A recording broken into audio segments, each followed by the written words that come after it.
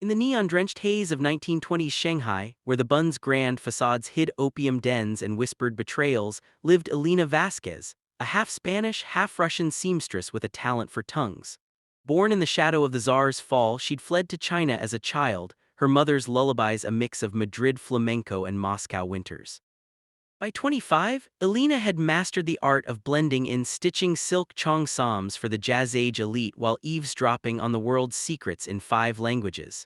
Mandarin flowed from her lips like the Huangpu River, but it was the rough patois of the docks and the clipped tones of the Green Gang that kept her alive. Shanghai was a powder keg then, ruled by warlords and foreign concessions, where millionaires rubbed shoulders with revolutionaries. Elena's latest client was Victor Hale, an American oil magnate who'd struck black gold in the Gobi and turned it into a fortune. Tall and broad as a Yangtze barge, Victor was the kind of man who collected jade Buddhas and mistresses with equal indifference. He'd arrived in Shanghai 6 months prior, buying up Tong alliances and riverfront warehouses, oblivious to the vipers nesting in his shadow. Elena met him in a smoky room off Nanjing Road, where she mended the tear in his bespoke suit from a hunting accident that smelled more of back-alley knives than wild boar.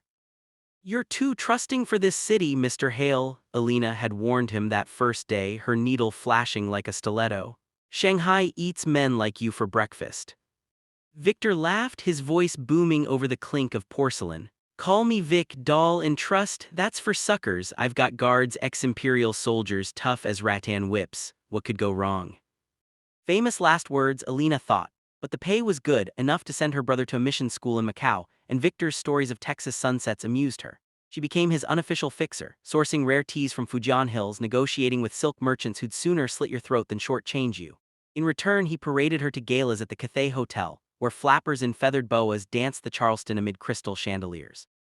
Elena played the exotic arm candy, her dark curls pinned with pearl combs, but her eyes, sharp as a falcon's, never stopped scanning the room.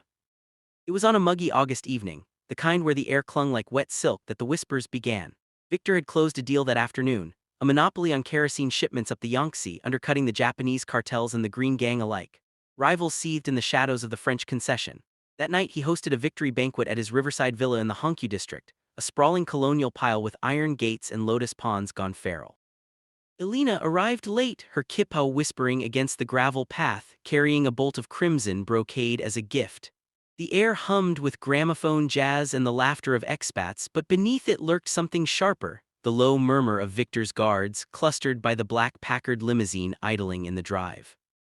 There were 4 of them, hulking figures in crisp uniforms, their Mauser pistols holstered like sleeping dragons. Victor had boasted of their loyalty, veterans of the Siberian front, poached from a Cossack regiment and retrained by a Beijing Tong master. But as Elena slipped past, nodding to the butler, she caught it, a snatch of conversation in rapid-fire Shanghainese laced with Beijing gutturals. The guards thought her just another pretty face, a foreign flower wilting in the heat. They didn't see the girl who'd once survived a white Russian raid by hiding in a coal bin, memorizing every curse and code. "Tonight, after the fireworks," one grunted, his voice gravel over glass. "Boss gets in the car, boom, the wires set under the chassis, clean hit, no traces to the boss upstairs." The second guard chuckled, spitting beetle juice into the hibiscus. "Green Gang says the Americans been skimming too long. That kerosene deal, it's war, make it look like bandits, rifle the body, leave the wallet, his head'll fetch a bonus from the Japanese." Elena's blood turned to ice water. She froze mid-step, her embroidered slippers sinking into the lawn. The whispers faded as they lit cigarettes, but the words burned in her mind. Victor, blissfully drunk on French cognac inside, was marked for death. The car, that gleaming beast of chrome and ambition, was a coffin on wheels. Explosives timed for the drive home through the Bun's fog-shrouded alleys. A setup by the Green Gang, those opium lords who controlled half the city's veins, furious at Victor's encroachment. And his loyal guards, traitors bought with silver tails and promises of power. Her heart hammered like a temple gong. Run, scream, no, panic would doom them both. Elena's mind raced through options, a chessboard of shadows. She knew the villa's back passages from mending curtains, she knew Victor's habits, his blind spots. And she knew Chinese intrigue, direct confrontation meant a bullet for her too, subtlety was her blade. Slipping through the French doors, Elena wove into the crowd, American bankers in tuxedos, Russian countesses in fox stoles, a Japanese attaché eyeing the caviar like it was a battle plan. Victor held court by the grand piano, a cigar clamped in his teeth, regaling a cluster of admirations with tailies of derricks piercing the desert sky. His face lit with that boyish grin, oblivious to the noose tightening. Vic, Elena murmured, sidling up with a champagne flute she didn't touch. She leaned close, her breath warm against his ear, the brocade draped over her arm like a banner. A word, privately. He arched a brow, amused. Trouble in paradise already, Lena, what's the stitch this time? She pulled him toward the veranda, the river's black ribbon glittering below under lantern light. Fireworks cracked in the distance, early bursts from a sampan festival casting erratic shadows. Listen to me, she hissed, her voice low and urgent, eyes flicking to the guards visible through the glass. Do not for 1,000 empires, get into that Packard tonight, it's rigged, the guards, they spoke of it. Boom when you turn the key, Green Gang's orders. Victor's face drained of color, the cigar dropping ash onto his lapel. What, you're joking, my men. Traitors, she cut in, gripping his sleeve. I heard them, in Chinese, thinking I wouldn't understand. Clean hit, no traces. They've sold you out for a purse of silver. Trust me, Vic, I've danced this tango before. He stared at her, the magnate's bluster cracking like cheap porcelain. For a heartbeat, doubt flickered. Could this slip of a seamstress, this woman he dismissed as decorative, hold his life in her words? Then he saw it, the steel in her gaze, the faint tremor in her hand, not from fear but fury. Victor Hale hadn't survived Texas shootouts and Wall Street wolves by ignoring his gut. And tonight his gut screamed. Christ, he breathed, glancing at the car. The guards lounged against it now, one polishing his boots with feigned nonchalance. What do we do? Elena's mind word, confront them, they deny, then silence her with lead. Flee, the gates were watched, no turn the trap inward. Play along, she said, forcing a smile as a guest wandered near. Laugh, act besotted, then improvise.